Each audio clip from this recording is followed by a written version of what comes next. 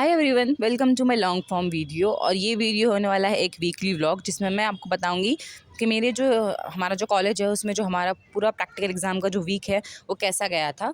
तो ये जो हमारा पूरा प्रैक्टिकल एग्ज़ाम होता है ये यूनिवर्सिटी कंडक्ट करती है ऑफ कोर्स, क्योंकि वही सारे डेट्स वगैरह देती है।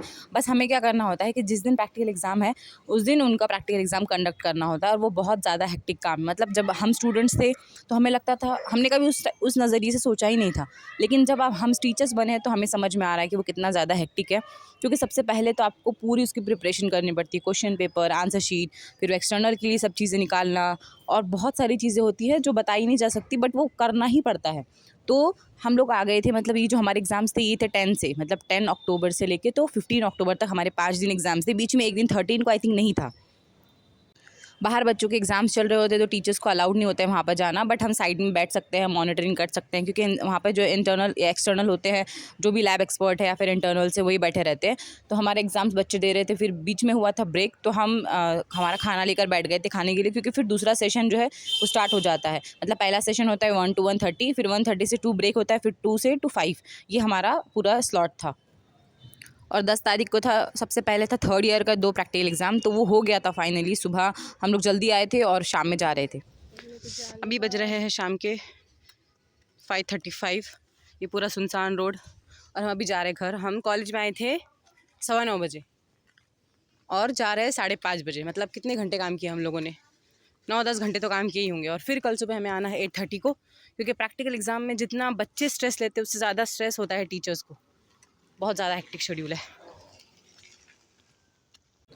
Here is a day 2, that is 11 अक्टूबर। उस दिन भी सेम थर्ड ईयर के प्रैक्टिकल थे। 3 दिन थर्ड ईयर के थे, 10, 11, 12। 13 को कुछ भी नहीं था, और 14, 15 2 दिन सेकंड ईयर के थे। फर्स्ट ईयर के तो पहले ही हो चुके थे। तो ये सेकंड डे था जब हम आए थे यहाँ पर प्रैक्टिकल्स देने। जब प्रैक्टिकल एग्जाम्स होते हैं ना तो 2 टीचर्स को अलॉट किया जाता है। एक होते हैं लैब एक्सपर्ट और दूसरा होता है इंटरनल एग्जामिनर। अभी तक इनके प्रैक्टिकल एग्ज़ाम ही चल रहे हैं।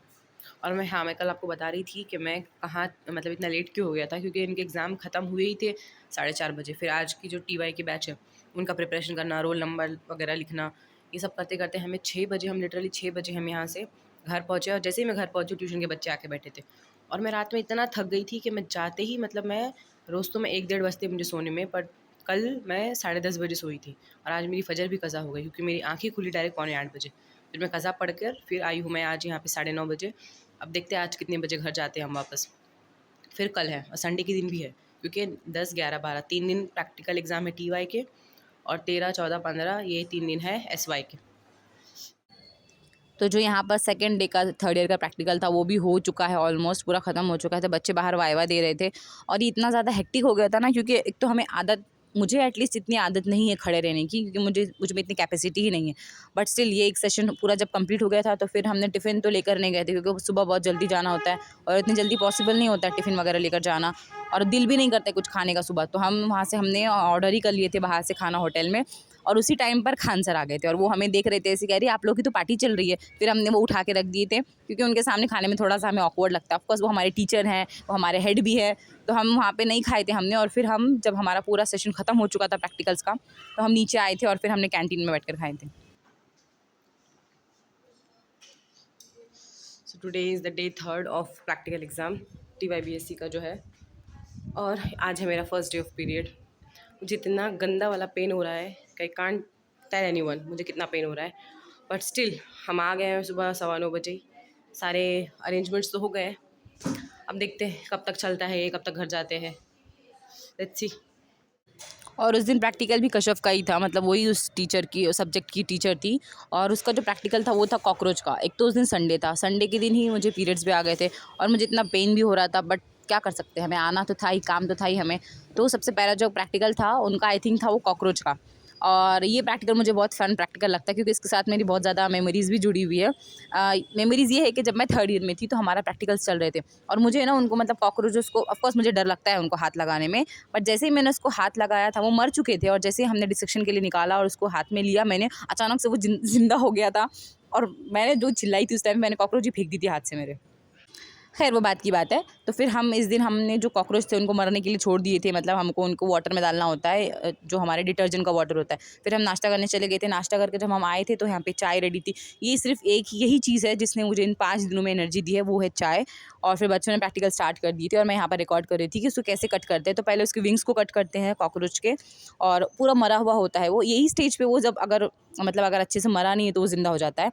तो यहाँ पर उसके विंग्स को कट करना है, उसके लेग्स को कट करना है, और फिर जो उसका एब्डोमेन है वहाँ पर उसको बीच में से कट करना होता है, और फिर उसका जो गट है, जो उसका पैरासाइट जहाँ पर होता है गट, उसको निकालना होता है, फिर वो ऑब्जर्व करना होता है।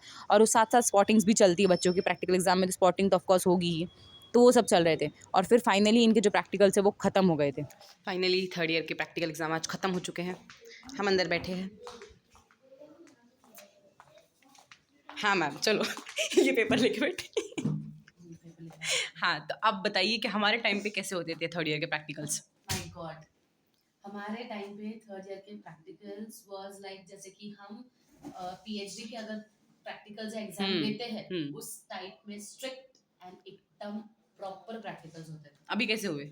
अभी तो एकदम ऐसा Spoon लग feeding। रहा था कि एफवाई के बच्चे भी नहीं, ऐसे फर्स्ट सेकंड स्टैंडर्ड को हम प्रैक्टिकल एग्जाम करवा रहे सब हैं। बताना पड़ रहा था हमको ए टू जेड क्या करना है, स्पॉटिंग से लेके मेजर क्वेश्चन सब बताना पड़ा हमको। पूरा स्पून फीडिंग था, each and everything was told and was informed कि क्या क्या लिखना है, कैसे बट लिखना ऑप्शन है। नहीं है अभी हमारे बच्चे, क्योंकि उनको बच्चे पास ही करना है तो वैसे ही है, बताना तो वैसे पड़ेगा। इन्वायरमेंट हो गया। अगर हम उनको स्ट्रिक्ट लेंगे तो फिर वो आगे एडमिशन ही नहीं लेंगे, वो पढ़ाई छोड़ देते हैं, कॉलेज शिफ्ट कर लेते हैं। कॉलेज शिफ्ट कर लेते हैं। तो हमारे पास इतना ही ऑप्शन है कि उनको हम बता ही सकते हैं, हेल्प करना ही पड़ता है। हमारे टाइम पे एक्सटर्नल कैसे होते थे, ऐसे स्ट्रिक्ट होते थे, उनको देख कर ही थर थर काँपते थे हम लोग। हम आंसर देने के लिए भी हमारा मुंह नहीं खुलता। और अभी बच्चे का हंस हंस की बातें करते एक्सटर्नल से। नहीं, हम हमारे टाइम पे हम पढ़ने के लिए पढ़ते थे बिकॉज हमें तो पढ़ना इसीलिए था, उसका नतीजा है ना जानना कि था। यहाँ तक पहुंचे हैं। Yes, अभी के लिए they just want to study for degree degree मिल जाती चाहिए। है तो एग्जाम दे दो। बस बस उतना ही चाहिए। और ये जो आज का जो चिक एम्ब्रियो का प्रैक्टिकल था, उस टाइम पे जब हमारे टाइम पे जो एक्सटर्नल थे वो उनको उनसे डर इतना था कि वो अंडे फूट जाते थे हाथ में ही। एग्जैक्टली। और अभी तो डायरेक्टली इनको सर आप मेरे ब्लॉग में गए, यहाँ से वहाँ आप शिफ्ट होके गए। आपके टाइम पे कैसे होते थे सर प्रैक्टिकल्स? हाँ तो आप भी बोल सकते हैं, ऐसा कुछ नहीं है, वर्ड्स अलग हो सकते हैं दोनों के। टीवाई में अलग था, टीवाई में अलग थे। हाँ मास्टर्स के प्रैक्टिकल वो तो अलग ही लेवल के होते थे एमएससी के। पूछो ही नहीं। अभी होंगे एमएससी के प्रैक्टिकल्स, मैं दिखाऊंगी उनके प्रैक्टिकल्स की क्या हालत है। बट थर्ड ईयर तक जो हमने प्रैक्टिकल अभी किए बच्चों के, वो बहुत ही ऐसे थे कि जैसे कभी देखे ही नहीं थे हमने। हमारे टाइम में बहुत ज़्यादा स्ट्रिक्ट होते थे प्रैक्टिकल्स। फिर शाम में वही जब सारे प्रैक्टिकल्स हो जाते हैं तो हमें क्या करना होता है, जो नेक्स्ट डे प्रैक्टिकल है उसके लिए थोड़ी सी प्रिपरेशन करनी होती है। बट हमें एक दिन का गैप था क्योंकि 13 को कोई प्रैक्टिकल एग्जाम नहीं थे और डायरेक्टली 14 एंड 15 को था एसवाई का प्रैक्टिकल। तो 13 हमारा कॉलेज डे ही था, मतलब वर्किंग डे था, बट प्रैक्टिकल एग्जाम नहीं था उस दिन। तो हम सारे प्रिपरेशन करके ही चले गए थे।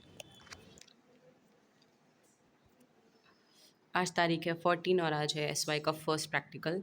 और अभी बज रहे 8:45, 8:30 बजे हम आ गए थे कॉलेज। फिर उसके बाद सेटअप वगैरह किए, देन अभी बच्चे प्रैक्टिकल मतलब परफॉर्म कर रहे हैं और मैं बैठी हूँ अभी यहाँ पर।